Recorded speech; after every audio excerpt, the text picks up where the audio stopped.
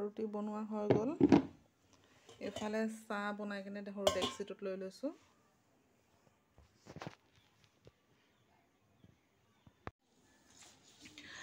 আৰু মই পাকঘৰত ৰুটি চাহ বনালোঁ। ইফালে মায়ে ঘৰখন সাৰি দিলে, কামখিনি সোনকালে হৈ গ'ল ৰাতিপুৱাৰ। আৰু মা আৰু মই মিলি কিনে চাহ নাস্তা খালোঁ।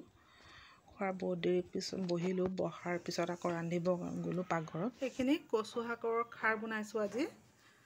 আৰু এয়া লাও আগখিনি কালি আনিছিলে, এইখিনি এতিয়া ধুই মেলি কাটি কিনে ধুই মেলি থৈছোঁ। এইখিনি এতিয়া ভাজি কৰিম। আৰু কচু শাকৰ খাৰখিনি আজি মই বনাই ল'লোঁ। আৰু অন্য দিনাখন আকৌ বনালে তেতিয়া মই তাৰ ৰেচিপিটো আপোনালোকৰ লগত শ্বেয়াৰ কৰিম, কেনেকৈ বনাইছোঁ। এতিয়া এইখিনি উতলি আছে আৰু বাগাৰ দিম এতিয়া খালি নহৰু দি হৈ যাব। আজিৰ দিনত বিশেষ একো কৰা নাই। সেই দুপৰীয়া সাজটো মই বনালোঁ, বনাই মেলি ভাত পানী খাই আৰু শুলোঁ। যিহেতু আজি মোৰ গা ভাল নাছিলে, মূৰটো বিষাই আছিলে। আৰু ৰাতিৰ সাজটো মায়ে বনালে। মায়ে অমিতা আৰু কুৰি মাছৰ তৰকাৰী বনাইছে আৰু ইফালে ভাতখিনিও পাতি দিছে। সেয়া তৰকাৰীখিনি কচাই আছে, যিহেতু মছলা আৰু চব্জিখিনি দি এয়া ভাতখিনিও বহালে, ভাতখিনি হৈ আছে ইফালে। আৰু এই ভাতৰ এতিয়া মাৰখিনি পেলাই দিছে। ভাতৰ মাৰখিনি পেলাই দিলে ভাতখিনি ঝৰঝৰীয়া হয়, ধুনীয়া হয়, খাবও ভাল লাগে। আৰু মাৰখিনি নেপেলালে মানে কেনেকুৱা আঠা আঠা লাগি থাকে ন। এয়া ভাতখিনি চাওক কিমান ধুনীয়া হৈছে। আৰু ইফালে মায়ে তৰকাৰীখিনিও চাই আছে। আৰু এয়া ধনিয়াখিনি মায়ে মানে বাচি আছে, কাৰণ তৰকাৰীত আমি ধনিয়া দিওঁ সেইকাৰণে। আৰু ধনিয়া নিদিলে আকৌ আমাৰ আব্বাই ভাল নাপায়, অভ্যাস যাৰ যি। এয়া তৰকাৰীখিনি মায়ে লৰাই আছে, মানে হৈছেনে নাই হোৱা, সিজিছে নে নাই সিজা, সেইখিনি চব চেক কৰি আছে আৰু।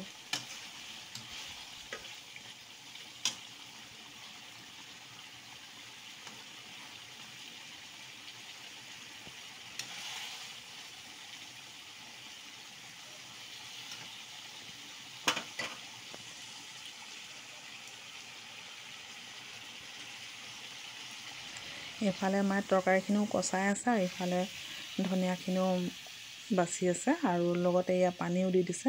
পানী একেবাৰে অলপ সৰহকৈ দি দিব, কাৰণ তৰকাৰীখিনি অকণমান জোল টাইপৰ বনাব। যিহেতু মাছ দিব, মাছ আৰু অমিতা দি অকণমান জোল দি কিনে জুলীয়া টাইপৰ অকণমান হ'ব তৰকাৰী। সেইবুলি আকৌ বেছি জোলো নিদিয়ে, কাৰণ আমাৰ ঘৰত বেছি জোল দিয়া তৰকাৰী নাখায়। পানী পানী হৈ থাকিলে তৰকাৰী খাব বেয়া পায়, অকণমান মানে জোল থাকিব। আৰু এয়া এতিয়া মাছখিনিও দি দিছে।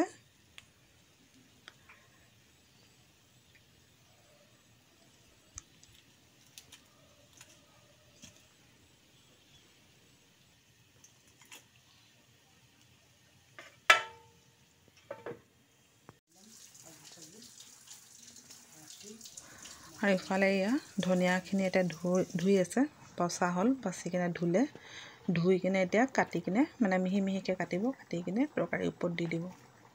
আৰু যাৰ যেনেকুৱা অভ্যাস আৰু, আমাৰ ঘৰত তৰকাৰীত ধনিয়া দিয়েই, ধনিয়া নিদিয়াকৈ তৰকাৰী মানে ভাল নাপায় খাবলৈ, চিঞৰ বাখৰ লাগে আৰু কেতিয়াবা ধনিয়া নিদিলে, কেলৈ নিদিলে তেনেকুৱা এটা কথা আহে আমাৰ ঘৰত। ইয়াত তৰকাৰীত ধনিয়াখিনি দি দিব, দিয়াৰ পিছত আৰু অকণমান লৰাই কিনে ঢাকি দিব, তাৰপিছত আৰু তৰকাৰী হৈ গ'ল। আসসালামু আলাইকুম, কি খবৰ আপোনালোকৰ? আশা কৰোঁ আপোনালোকে সকলো ভালে আছে। আৰু আল্লাহৰ ৰহমতত আপোনালোকৰ দুৱাত ময়ো ভাল আছোঁ। আজি ব্লগটো মই বিশেষ একো কৰা নাই, তথাপি চেষ্টা কৰিছোঁ অকণমান কিবা এটা শ্বুট কৰি মেলি আপোনালোকৰ আগত দিবৰ কাৰণে।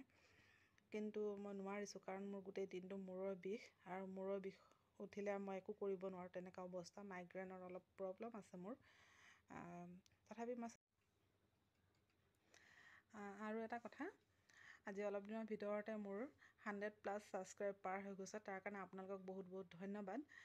আৰু যিহেতু মই ভবাই নাছিলোঁ যে ইমান সোনকালে মোৰ 100+ ছাবস্ক্ৰাইব পাৰ হ'ব বুলি, আৰু মোৰ হ'ল, বহুত ভাল লাগিছে। আপোনালোকৰ আগত আজি শ্বেয়াৰ কৰিছোঁ। ইমান দিন কৰিম বুলি ভাবি আছিলোঁ, কিন্তু কৰিব পৰা নাছিলোঁ।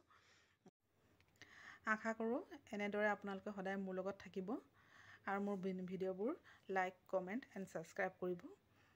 ইমানখিনি কৈয়ে মোৰ আজিৰ ভিডিঅ'টো ইয়াতে সামৰণি মাৰিছোঁ আৰু মোৰ ভিডিঅ'টো গোটেইখিনি চোৱাৰ বাবে ধন্যবাদ।